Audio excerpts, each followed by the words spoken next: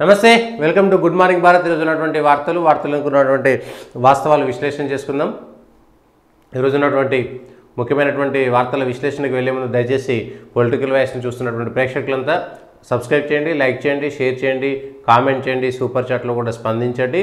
ఈరోజు ఉన్నటువంటి ముఖ్యమైనటువంటి వార్తలు. కేంద్ర బడ్జెట్ ప్రవేశపెట్టారు. కేంద్ర బడ్జెట్ అయిపోయిన వెంటనే ఇవాళ రాష్ట్ర బడ్జెట్ కూడా వచ్చింది. కేంద్ర బడ్జెట్ పైన విమర్శలు చేసినటువంటి రాష్ట్ర ప్రభుత్వము, రాష్ట్రంలో ఉన్నటువంటి ప్రతిపక్షము ఇవాళ బడ్జెట్ పైన మిగిలినటువంటి వాళ్ళ స్పందన కూడా అట్లనే ఉంది. ఓవరాల్గా బడ్జెట్ ఎట్లా ఉందనేటువంటి అంశంతో పాటు మిగిలినటువంటి కొన్ని కీలకమైనటువంటి అంశాలను చూద్దాం. బడ్జెట్లో ఏముంది ఏంటి అనేటువంటి అంశాలని. రైతు రాజధాని సాగుకు సలాం. అయితే డబ్బులు ఎక్కడి నుంచి వస్తున్నాయి ఏంటి అనేటువంటి అంశం పైన క్లియర్గా ఈ తెలంగాణకు సంబంధించినటువంటి ఈ బడ్జెట్లో ఎక్కడి నుంచి నిధులు వస్తున్నాయటువంటి అంశం పైన 3-4 అంశాలు క్లియర్గా ఎక్కడి నుంచి వస్తున్నాయి ఏంటి అనేటువంటి దాని ప్రకారము ఇక్కడ రాలే. ఓవరాల్గా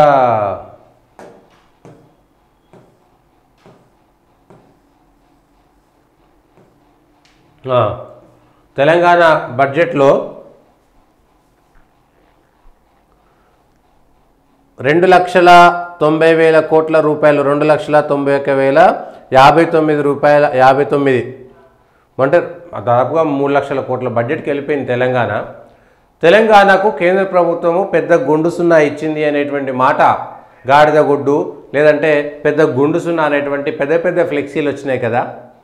అదే రాష్ట్ర సర్కారు ఆర్థిక శాఖ మంత్రి ఉప ముఖ్యమంత్రి బట్టి విక్రమార్క గారు ప్రవేశపెట్టినటువంటి బడ్జెట్లో కేంద్ర పన్నుల్లో వాటా కింద 26,216 కోట్ల రూపాయలు అంచనా వేసిరు కదా.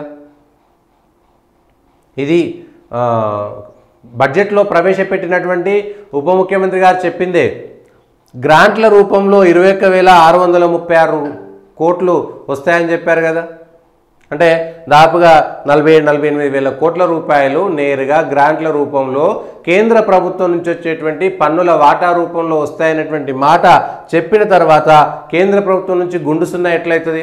గుండు సున్నా అంటే ₹1 కూడా వేయకుండా 2,91,000 కోట్లలో ₹1 కూడా రాష్ట్రానికి రావాల్సినటువంటి పన్నుల వాటా విషయంలో కానీ, గ్రాంట్ల విషయంలో కానీ, ఇతర పథకాల విషయంలో కానీ ఎక్కడ కూడా ₹1 రాకపోతే తెలంగాణకు రూపాయి రాలేదన్నట్టు లెక్క. కానీ తెలంగాణలో ఏం జరిగింది? తెలంగాణకు అసలు ₹1 కూడా కేంద్రం నుంచి ఇవ్వలేదు. ప్రతి పైసా కూడా రాష్ట్ర ప్రభుత్వం నుంచి వచ్చినటువంటి పైసలే. కేంద్ర ప్రభుత్వం ₹1 కూడా వేయలేదు, ₹1 కూడా వేయలేదు.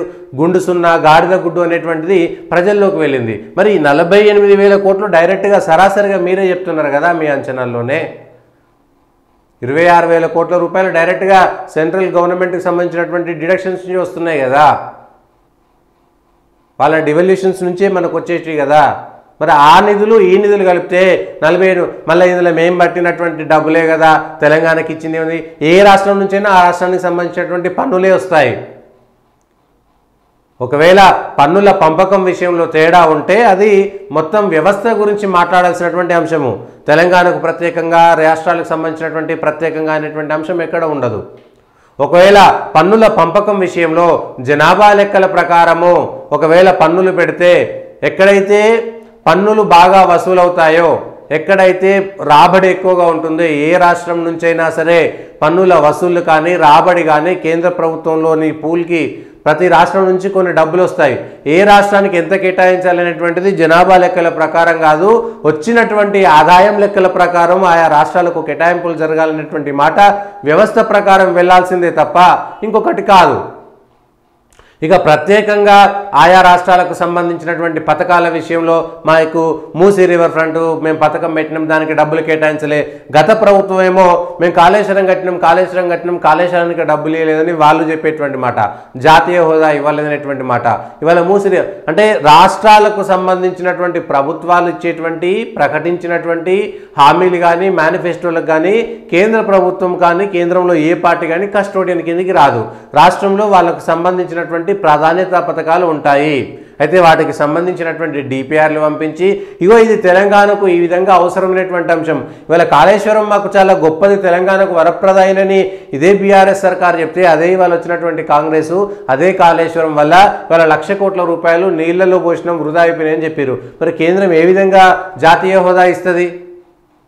పోనీ ఈ రాష్ట్రంలో ఉన్నటువంటి ప్రభుత్వము అన్ని రాజకీయ పార్టీలను అఖిల పక్షాలను తెలంగాణ నుంచి గెలిచినటువంటి 17 మంది ఎంపీలను మిగిలినటువంటి రాజ్యసభ సభ్యులని అందరినీ ఒకసారి కేంద్రం దగ్గర తీసుకెళ్ళొచ్చు కదా. ఇగో ఇది లేకపోతే తెలంగాణ బతకలేదు, ఇది తెలంగాణకు వరప్రాయని, ఇది ఉంటే ఒక 50-100 సంవత్సరాల దాకా తెలంగాణకు సంబంధించినటువంటి ప్రజలకు ఈ విధంగా ఉపయోగపడుతుంది అనేటువంటి మాట చెప్పేటువంటి ఏ ఒక్క పథకాన్ని చెప్పిరా? రంగారెడ్డి పాలమూరు ఎత్తిపోతుల పథకానికి నిధులు కేటాయించలేదు. ఎందుకు కేటాయించలేదు? 2007-8 నుంచో మొదలుపెట్టినటువంటి పథకము, అంతకు ముందున్నటువంటి పథకానికి ఇప్పటిదాకా రాష్ట్రంలో ఉన్నటువంటి ప్రభుత్వాలు 20 ఏళ్ల నుంచి వచ్చి పోతా ఉంటే ఒక ప్రాజెక్టును ఎందుకు పూర్తి చేయలేకపోయింది? మరి అట్లాంటి సందర్భంలో ఆ ప్రాజెక్టును ఎందుకు మొదలుపెట్టిర్రు? అప్పుడైతే విభజన చట్టంలో సంబంధం లేదు కదా. రాష్ట్రానికి సంబంధించినటువంటి పథకాలు ఆ రాష్ట్రానికి సంబంధించినటువంటి వ్యయాలు ఆదాయాలకు సంబంధించినటువంటి ఆధారంగానే ప్రభుత్వ పథకాలు మొదలుపెట్టాలి కదా. ఒకేసారి 20 ప్రాజెక్టుల మీద పెట్టుబడి పెట్టి ఏ ప్రాజెక్టును పూర్తి చేయకపోవడానికి కారణం ఏమిటి? ఈ అంశాలపైన క్లారిటీ రావాలి. ఇక తెలంగాణకు సంబంధించి ఏమీ రాలేదు అనేటువంటి మాట మాట్లాడినందుకు సరాసరి వచ్చినటువంటి వాటాలకు సంబంధించినటువంటి అంశం ఇది, దానికి సంబంధించినటువంటి అంశము. ఇక తెలంగాణలో డబ్బులు ఎక్కడి నుంచి వస్తున్నాయి అనేటువంటి అంశం పైన ఏ శాఖ నుంచి డబ్బులు వస్తున్నాయి తెలంగాణకి? మళ్ళా 3 శాఖల నుంచి డబ్బులు వస్తున్నాయి. ఆ 3 శాఖలకు సంబంధించినటువంటి డబ్బుల్లో ఒకటి ఆబ్కారీకి సంబంధించినటువంటి శాఖ. ఆబ్కారీ అంటే మన ఎక్సైజ్ నుంచి డబ్బులు రావాలి.